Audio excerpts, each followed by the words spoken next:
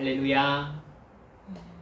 하나님의 때와 방법으로 라는 제목으로 사무엘서 13번째 말씀 사무엘하 말씀을 시작하며 살펴봅니다.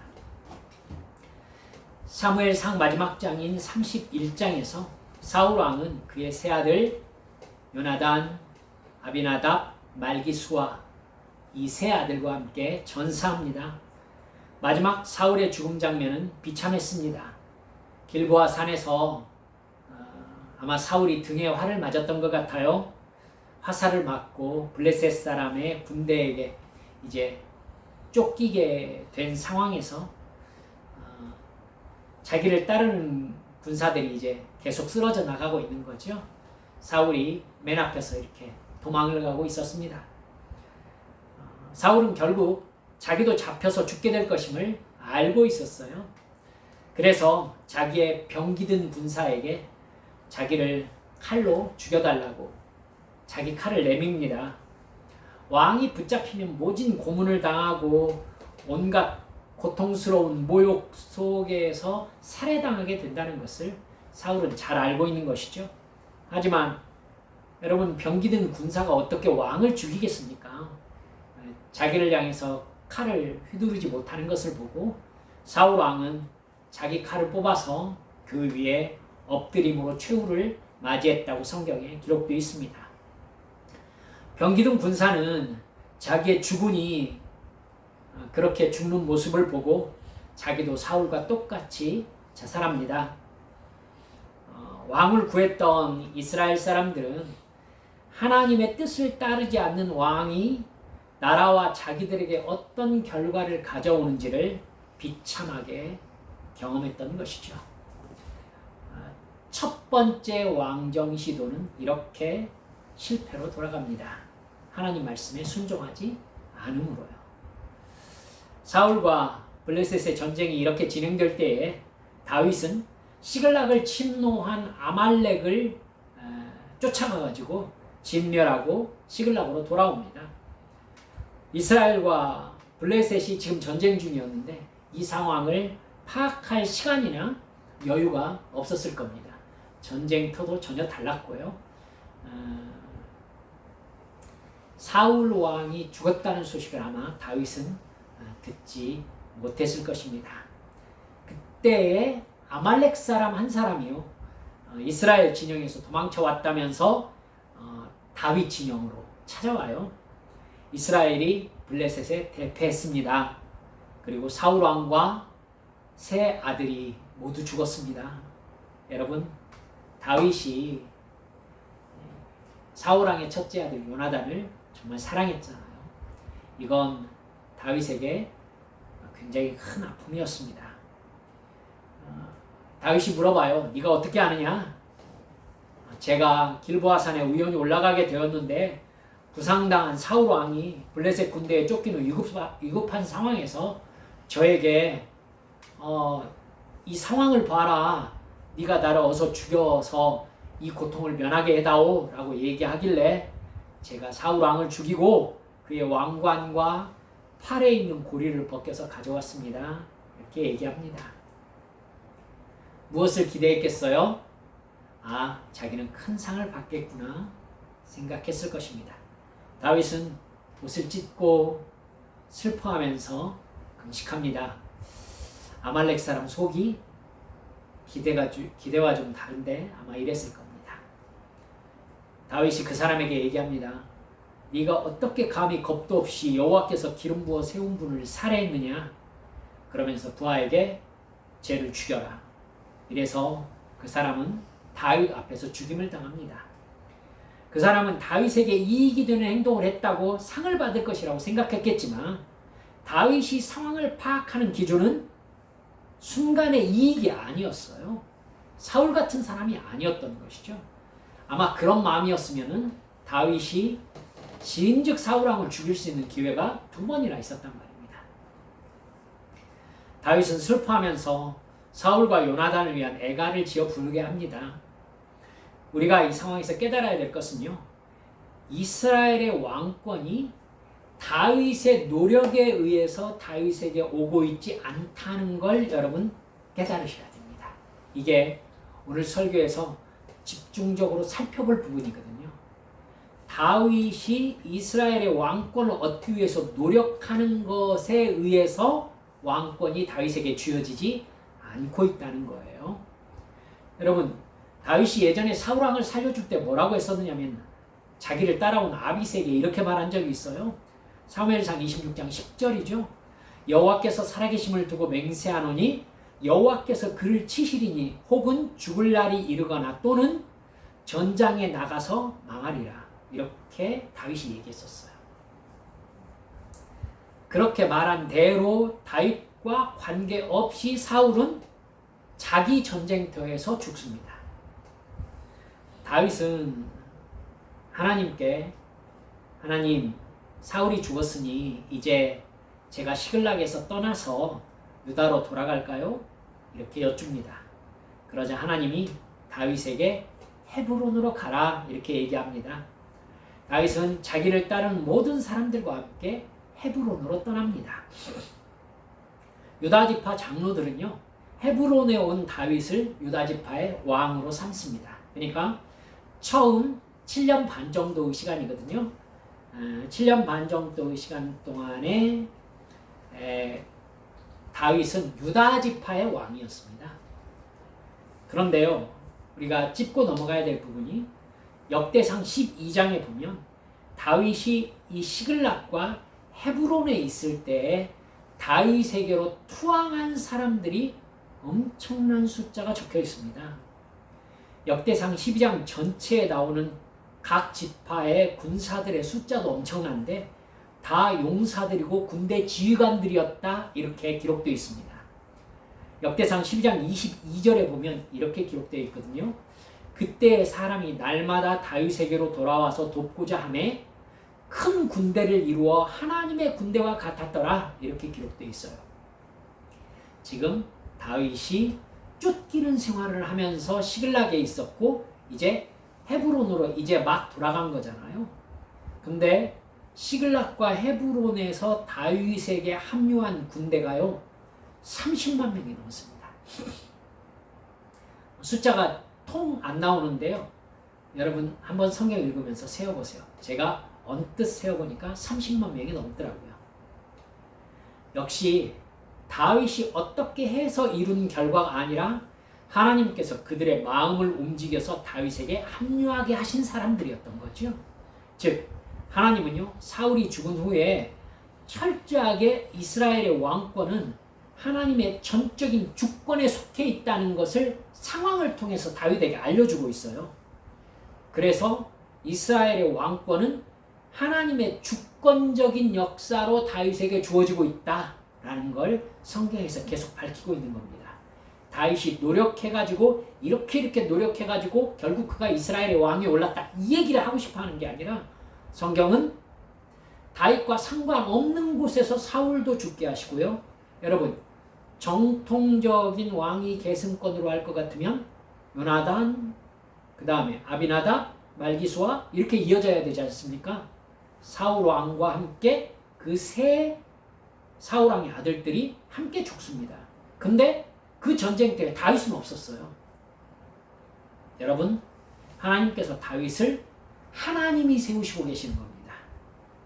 전대 왕, 하나님의 말씀에 불순종한 전대 왕을 하나님이 죽이고 계신 거예요. 아시겠죠? 그러니까 다윗의 노력으로 차지하는 왕권이 아니라는 걸 상황을 통해서 강하게 드러내고 있어요. 여러분 이게 이 뒤에도 계속되거든요. 다윗이 유다지파에서 왕이 되자 사울 군대의 총사령관, 여러분 지금 일단 유다지파에서 왕이 됐고 나머지 11지파의 왕은 사울과 그의 아들로 이어져야 되잖아요. 그렇죠? 사울 군대의 총사령관은 아브넬이었어요. 이 아브넬은요 사울 왕의 그 뒤 아들이 있었어요. 누구냐면 이스보셋이거든요. 그 이스보셋을 왕으로 삼습니다. 그러니까 아브넬은 이스보셋을 왕으로 삼고 자기가 군대 장관이 되고 나라가 나뉜 거죠. 유다의 왕 다윗과 나머지 11지파의 왕 이스보셋, 그리고 다윗 왕의 군대 총사령관은 요압. 여러분 나머지 사울 쪽의 군대 총사령관은 아브넬. 이렇게 나라가 나뉜 것입니다. 이 둘이 충돌하는 상황이 벌어져요. 그러나 아브넬과 이스라엘 군대가 요압과 유다 지파 군대에게 패배해요. 아브넬은 도망가거든요. 이 도망가는 와중에 요압의 막내 동생이 누구죠? 이름 기억하고 계십니까? 혹시? 여러분 아사헬이죠. 아사헬. 요압, 아비새, 아사헬 이랬죠. 이 아사헬이 30인의 장군 중 한 사람이라고 말씀드렸잖아요. 이 아사헬이 요압을 쫓아갑니다. 요압은요 도망가면서 자기를 쫓아오는 게 아니지 아브넬이죠. 아브넬이 도망가면서 아사헬에게 너 요압 동생 아사헬이냐? 그렇습니다. 너 옆으로 비껴라. 나 쫓지 말아라. 이렇게 얘기합니다. 내가 널 죽이면 네 형 요압을 내가 어떻게 보겠느냐? 이러면서 날 쫓지 말아다오. 이러면서 아브넬이 열심히 도망가거든요. 근데 성경에 보면 아사헬이 좌로나 우로나 치우치지 않고 똑바로 요압을 쫓아갔다고 나옵니다. 사무엘하 2장 18절에 보면 아사헬의 발은 들노루처럼 빨랐다 이렇게 나오고 있습니다. 그러니까 제가 한번 말씀드렸죠. 아사헬은 그 다윗 쪽 군대 대장 중에 발이 가장 빠른 사람 중에 한 사람이었다고요. 결국 자기가 아사헬에게 잡히겠구나 아브넬이 생각하죠. 그래서 아브넬이 한 행동이 뭐냐면요. 지금 도망가고 있죠. 자기가 가지고 있는 창을요. 뒤로 해가지고 쭉 내밉니다. 어떻게 됐겠습니까? 아사헬이 바짝 붙여 쫓아오고 있었기 때문에 아사헬의 배가 뚫리고 맙니다. 등 바깥으로 나갔다고 나와요. 아브넬과 요압은요. 결국 결정적인 승패를 가리지 못합니다. 그리고 요압이 동생 아사헬의 시체를 가지고 돌아가게 됩니다. 요압 쪽에서 20명이 죽었고 아브넬 쪽에서 360명이 죽었습니다. 그러다가 여러분 아브넬이 왕으로 삼았던 사울 왕의 아들 이스보셋이 아브넬과 다투는 상황이 발생을 해요. 참 얄궂은데요. 이스보셋이 아브넬에게 뭐라고 하느냐면요. 왜 선대왕 그러니까 이스보셋의 아버지 사울 왕의 첩과 간음을 했느냐고 아브넬을 추궁하는 상황이 벌어집니다. 여러분 이 이야기는 아주 민감한 상황입니다. 선대왕의 아내를 취했다는 것은 큰 일이에요. 선대왕의 아내를 취한다는 것은 내가 왕이 되는 길을 열겠다라는 뜻이거든요. 여러분 혹시 기억하고 계시겠지만 나중에요. 압살롬이 다윗에게 반역해가지고 예루살렘을 차지한 적이 있었습니다. 그때 다윗은요. 자기 후궁 10명을 예루살렘에 남겨두고 도망갔거든요. 사무엘하 16장을 보면은요. 반역에 동참했던 제갈공명과 같은 그 압살롬 쪽 군사가 있었어요. 그 사람이 아히도벨입니다. 이 아히도벨이 압살롬에게 뭐라고 하느냐면은 다윗의 후궁들과 동침하십시오라고 얘기합니다. 그래서 천막이 쳐지고 10명의 후궁들과 압살롬이 동침하는 상황이 벌어집니다. 다윗의 그러니까 말하면 아내들인 거죠. 그 의미가 뭐냐면은 이제 자기가 왕이라는 선언이었습니다. 이제 다윗은 내가 지웠다라는 뜻이거든요. 이것 때문에 아히도벨이 압살롬에게 다윗의 후궁들과 동침을 시킨 것입니다. 그래서 군대가 강해질 것입니다 라고 얘기했거든요. 얄궂죠? 근데 이와 똑같은 상황이 열왕기상 2장에도 나옵니다. 열왕기상 2장에 솔로몬이 왕위에 오르기 전에 솔로몬은 여러분 아시죠? 다윗의 거의 막둥이 아들이었어요. 밧세바의 아들 중에서도 이 사람이 지금 성경에 기록된 순서대로 할 것 같으면 네 번째에 기록되어 있어요. 솔로몬의 이름이. 그러니까 굉장히 저 밑에 있는 아들이란 말이죠. 그런데 다윗이 죽기 전에 솔로몬을 왕위로 생각하고 있었을 때 위에 왕자들이 나이들 왕자들이 쫙 있었어요. 그 중에 넷째 아들인 아도니아가 자기가 이제 다윗이 늙어가지고 누워 있으니까 자기가 스스로 왕이 되려고 선수를 친 적이 있었습니다. 여러분, 그러니까 아도니아가 넷째 아들이거든요. 이 아도니아가 요압 장군을 자기 편으로 끌어들여요. 그리고 대제사장 아비아다를 자기 쪽으로 끌어들인 겁니다. 그러면 군대와 종교 쪽 최고 지도자를 자기 편으로 아도니아가 끌어들인 거예요. 그리고 나를 왕위로 세워주십시오. 이렇게 얘기하거든요.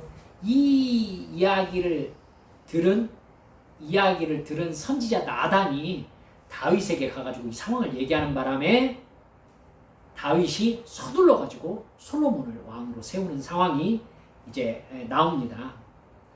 여러분, 이 상황이 급하게 진행됐어요. 조금만 늦었으면 아도니아가 솔로몬을 어떻게 할 수 있는 상황이었거든요. 근데 간발의 차로 다윗이 솔로몬을 왕으로 세우고 솔로몬을 왕으로 선포합니다. 그래가지고 백성들이 솔로몬 왕 만세를 외쳐버렸어요. 그래가지고 아도니아가 결국 넷째 아들임에도 불구하고 막둥이 솔로몬에게 왕위를 양보하고 솔로몬의 왕위를 인정하는 상황이 벌어집니다. 여러분, 솔로몬의 즉위를 받아들인 이 아도니아가요, 나중에 솔로몬의 어머니가 누구죠? 솔로몬의 어머니가 밧세바입니다. 밧세바에게 찾아가요. 뭐라고 하느냐면, 하나님의 뜻대로 솔로몬이 왕위로 된 것을 제가 받아들입니다. 그런데 제가 한 가지 소원이 있습니다. 선대왕, 그러니까 다윗 왕의 마지막 후궁이었던 아비삭을 제 아내로 삼게 해주십시오. 아비삭이 대단한 미인이었다고 성경에 나오거든요. 저의 아내로 삼게 해주십시오. 이렇게 솔로몬 왕에게 청해달라고 아도니아가 솔로몬 왕의 어머니인 밧세바에게 청원을 해요. 근데 순진한 밧세바가 솔로몬에게 찾아가가지고 아들이잖아요. 제가 청원할 게 있습니다. 저를 괄시하지 말아주십시오. 이렇게 얘기를 합니다. 말하세요 어머니. 얘기를 하자 여러분, 아비삭을 아도니아의 부인으로 주는 게 어떻겠습니까? 이렇게 이야기합니다. 그러자요, 솔로몬이 엄청나게 화를 냅니다. 열왕기상 2장 22절에 보면 솔로몬이 어머니 밧세바에게 이렇게 말합니다. 아도니아를 생각하신다면 어찌하여 수냄 여자 아비삭과 결혼시키라고만 하십니까? 그는 나의 형이니 차라리 그에게 임금의 자리까지 내주라고 하지 그러십니까? 또 아도니아만을 생각하여서 청하실 것이 아니라 그를 편든 아비아달 제사장과 수르야의 아들 요압을 생각하여서도 그렇게 하시지 그러십니까? 이렇게 얘기해요. 그리고 솔로몬이 뭐라고 하느냐면은, 감히 아도니아가 이런 계획을 세웠으니 그는 오늘 반드시 죽으리라 이러고요, 즉시 브나야 장군을 보냅니다. 그래서 브나야 장군이 솔로몬의 형 아도니아, 다윗의 넷째 아들 아도니아를 쳐 죽입니다. 그리고 아도니아와 함께한 제사장 아비아달은 여호와의 언약궤를 메었던 제사장이기 때문에 파면만 합니다. 죽이지 않고. 그리고 다윗 시대를 통틀어서 지금까지 2인자였던 요압 장군도 브나야를 보내서 죽입니다.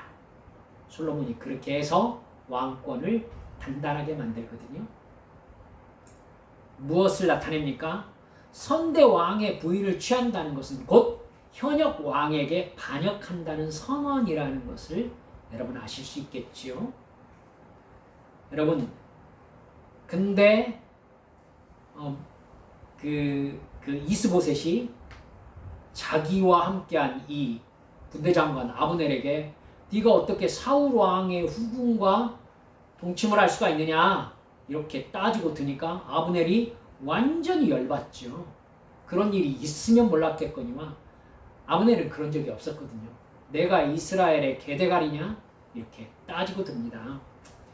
아브넬은 내가 너를 다윗에게 넘겨주지 않고 왕권을 지켜줬는데 어떻게 나에게 이따위 말을 할 수 있느냐면서 여호와 하나님이 말씀하신 대로 다윗에게 이 나라를 내가 돌릴 것이다 이렇게 소리를 지릅니다. 아브넬은 이스보셋이라는 인물과 함께 나라를 도모할 수가 없다는 판단을 내린 것 같습니다. 그렇다고 해서 자기가 왕위에 오를 수는 없다고 판단을 한 거죠. 이스보셋은 아브넬이 무서워서 아무 말도 못했다고 성경에 나와요. 아브넬은 즉각 다윗에게 찾아갑니다. 그래서 내가 이스라엘 전체를 당신에게 돌릴 것입니다 라고 얘기합니다. 그러자 다윗이요 뜻밖의 얘기를 합니다. 내가 너와 언약을 맺기 위해서는 사울 왕의 딸 미갈이 필요하다. 사울 왕의 딸 미갈이 필요하다? 여러분, 다윗의 부인이었던 여자였는데 다윗의 부인이었던 여자잖아요. 여러분, 그 여자가요 사울이 반역자로 쫓겼을 때 사울 왕이 다른 사람에게 시집 보내버렸거든요. 시집 보내버렸어요. 여러분, 근데 왜 다윗이 지금 남편이 있는 미갈을 데려오라고 했을까요? 다윗이 미갈을 사랑했기 때문에? 지금도 잊지 못하고 사랑하고 있기 때문에? 아닙니다. 다윗이 아브넬의 정치적인 제안을 받고 정치적으로 왕권을 차지할 생각을 한 거예요. 아브넬이 자기를 이스라엘의 왕으로 추대하면 더 이상 다윗이 왕이 되는데 걸림돌이 될 만한 큰 문제는 사라지거든요. 근데 40년 동안 사울이 초대 왕으로서 이스라엘을 다스렸기 때문에 왕통의 정통성은 베냐민 지파 사울의 집안에 있잖아요.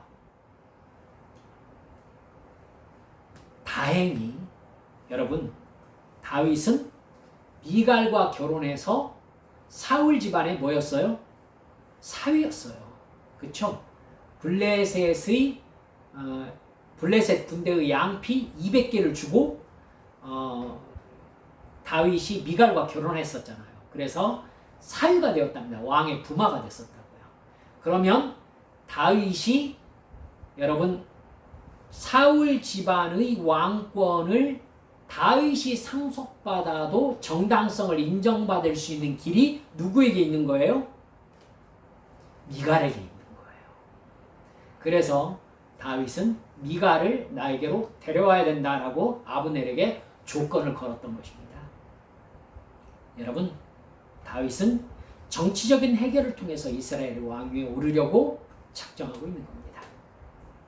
아브넬은요, 미갈의 남편이 발디엘이라는 사람이었거든요.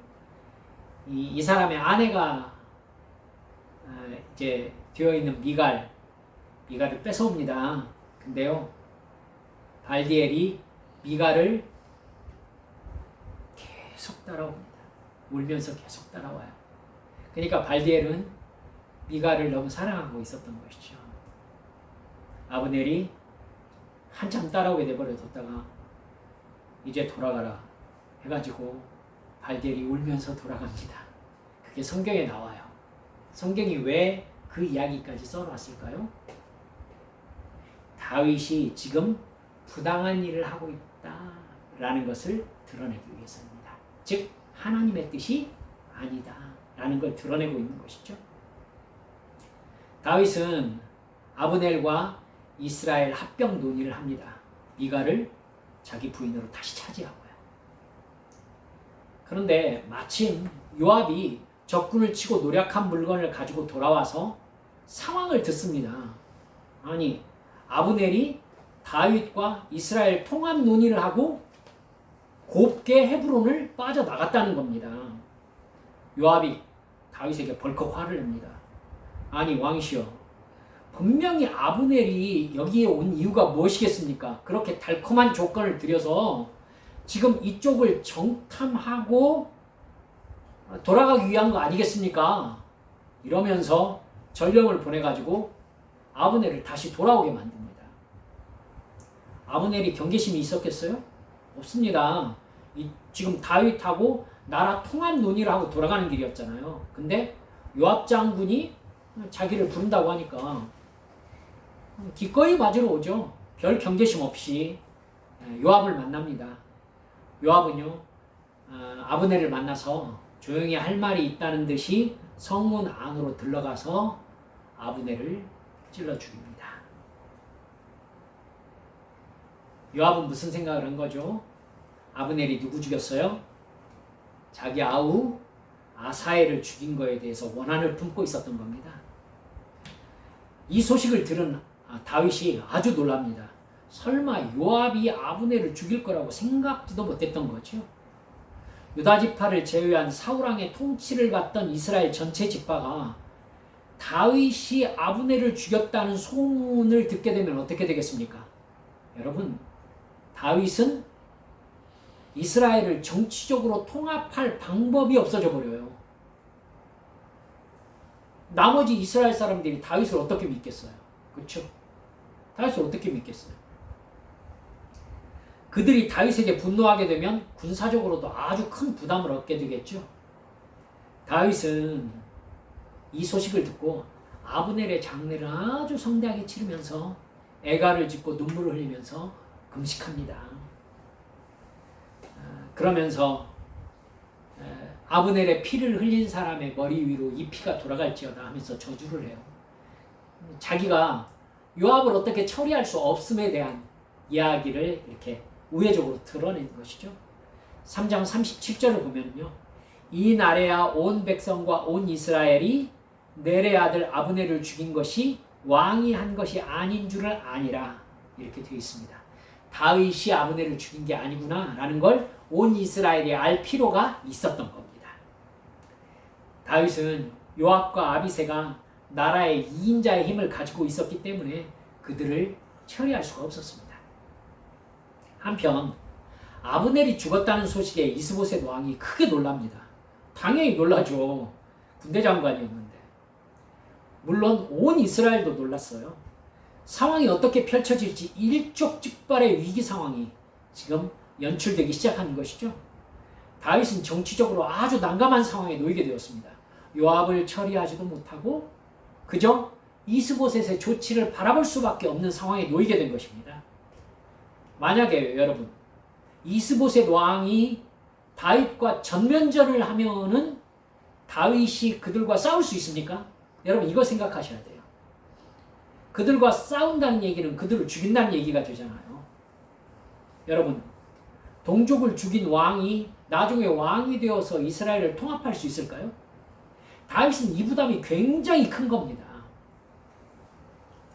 이 일로 즉 다윗은 손발이 묶인 셈인 거예요. 묶인 셈인 거예요. 여러분, 우리 잊지 마셔야 돼요. 이렇게 곤란한 상황으로 일이 꼬여져 간 것이 무엇 때문이었어요? 이스라엘의 왕권을 아브넬과의 협상으로 얻으려고 했기 때문이었어요. 그렇죠? 아브넬과 협상해서 미가를 자기 아내로 다시 회복시키고 자기가 정치적인 협상을 통해서 이스라엘의 왕위에 오르려고 마음을 먹은 뒤로 일이 이렇게 꼬여져 버린 거예요. 여러분, 이것이 오히려 다윗에게 유익을 가져다 준 게 하나도 없는 상황으로 하나님이 끌고 가셨다는 것을 잊지 말아 주시기 바랍니다. 이때 일이 하나 발생합니다. 이스보셋 측의 군 지휘관들이 있었는데 그 중에 레갑과 바하나, 오늘 본문의 장군들입니다. 레갑과 바나가요 이스보셋 왕을 살해하는 뜻밖의 일이 벌어집니다. 둘이 이스보셋의 집에 갔는데 이스보셋이 침대에서 자고 있었어요. 둘은 잠자는 이스보셋의 목을 베어가지고 헤브론의 다윗에게로 갑니다. 이스보셋의 머리를 다윗에게 주면서 여호와 하나님께서 당신의 원수를 갚으셨습니다. 이렇게 말합니다. 그러자 다윗이 한 말이 우리가 읽은 본문 말씀입니다. 9절에 보면 내 생명을 여러 환난 가운데서 건지신 여호와께서 살아계심을 두고 맹세하노니, 여러분, 자기가 군대를 잘 이끌어가지고 자기가 살아났다고 하고 있어요? 아니에요. 나의 생명을 여러 환난 가운데서 건지신 여호와께서 살아계심을 두고 내가 맹세한다. 하나님이 나를 살려주셨다.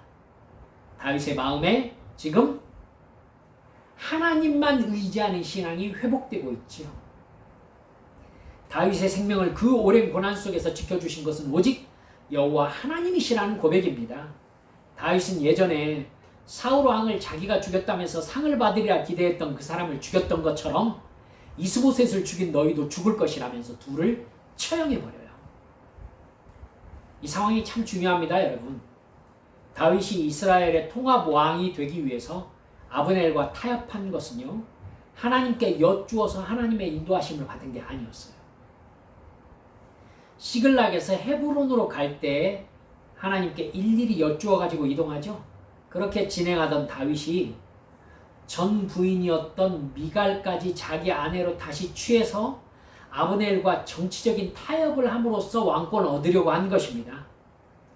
여러분, 만약에 그렇게 되었다고 해봅시다. 그러면 한번 생각해 보세요. 이스라엘의 총사령관이 요압이 되어야 됩니까? 아브넬이 되어야 됩니까? 정치적으로 통합을 했다면. 아브넬을 군대 총사령관으로 해야 돼요. 요압 장군을 군대 총사령관으로 해야 돼요. 정말 곤란하죠. 지금 왕위에 있는 이스보셋은 어떻게 처리하죠? 둘 다 다윗 왕국에서 가장 처리하기 곤란한 사람들이 될 참이었던 거죠. 즉, 다윗이 하나님께 여쭙지 않고 진행하는 일은 오히려 다윗이 해결할 수 없는 문제를 만들 상황으로 끌려갈 참이었던 겁니다. 하나님은 다윗의 계획을 요압을 통해 좌절되게 하십니다. 다윗은 그 일로 상황이 어려워지면 요압이 다윗을 따르지 않고 반역할 가능성이 있구나 라는 이 가능성을 보게 됩니다. 여러분, 아브넬을 보냈다고 하니까 요압 장군이 왕에게 벌컥 화를 내는 것, 이게 있을 수 있는 일입니까? 그럴 수 없죠. 그러면 이 일이 다윗에게 굉장히 큰 상처가 되었던 모양입니다. 나중에 솔로몬에게 다윗이 죽으면서 유언합니다. 요압이 늙어 죽게 하지 말아라. 그래서 말씀드렸듯이 여러분, 다윗의 넷째 아들과 아도니아와 요압이 이렇게 왕권을 얻으려고 하자 솔로몬이 아버지의 유언을 생각해서 요압을 브나야를 통해서 처리했던 것입니다. 여러분, 결국 이 일은요, 다윗이 하나님께서 자기에게 보내주신 자기의 측근들도 궁극적인 상황에서는 믿으면 안 된다라는 교훈을 얻게 되죠. 다윗은 이 일들의 진행을 통해서 이스라엘의 왕위는 자기의 정치적 기술이나 군사적 능력으로 차지하는 것이 아니라 오직 하나님의 주권적인 은혜로 주어진다는 것을 절실하게 깨닫게 되었던 것입니다. 그래서 다윗이 지금 내 생명을 여러 환난 가운데서 건지신 여호와의 살아계심을 두고 맹세한다 라는 말을 하고 있는 거예요. 적을 살해하는 방법으로 왕권을 얻는 것이 아니라는 걸 다윗이 깨달은 거예요. 사울을 다윗이 제거하지 않았듯이 하나님께서 하나님의 때에 하나님의 일을 하실 것을 다윗이 비로소 온전히 믿게 된 것입니다. 물론 이 부분은요, 나중에 다윗이 점점 더 확실하게 훈련받게 됩니다. 그걸 저와 함께 살펴보시겠습니다. 말씀을 마무리합니다. 하나님은 다윗의 인생 곳곳에서 이스라엘의 주권자가 하나님이라는 것을 계속 가르치고 계십니다. 다윗이 누구 보고 지금 이만큼 나이를 먹었습니까? 사울 왕을 보고 나이를 먹었잖아요. 사울 왕을 반면고 교사로 삼을 수 있는 훈련을 계속해서 다윗에게 시키시는 거예요. 사울은 하나님의 가르침에 반발해서 하나님을 떠났지만 다윗은 이런 상황들을 통해서 하나님께서 말씀하시는 말씀을 통해 하나님의 뜻을 깨닫고 회개하면서 순종의 길을 가고 있습니다. 여러분, 내 삶에서도 마찬가지예요. 하나님이 주권을 계속해서 주장하실 것을 믿으시기 바랍니다. 할렐루야. 여러분, 우리들의 삶에서 하나님은 계속해서 네 삶의 주인은 나다. 너도 내 것이다. 네 삶의 통제권은 나에게 있다. 이렇게 계속 주장하실 거거든요. 그때 우리는 사울과 같은 마음을 먹으면 안 됩니다. 그걸 거절하고 아니 나도 하고 싶은 것이 있는데 아니 제 생각은 안 하십니까? 이렇게 가면 안 돼요. 여러분 구원이 뭐라고 그랬죠? 구원은 나의 주권자가 하나님으로 바뀐 사건이에요. 그렇기 때문에 내가 구원받았다라는 걸 확신하는 사람은 뭘 해야 되는 사람인 거예요?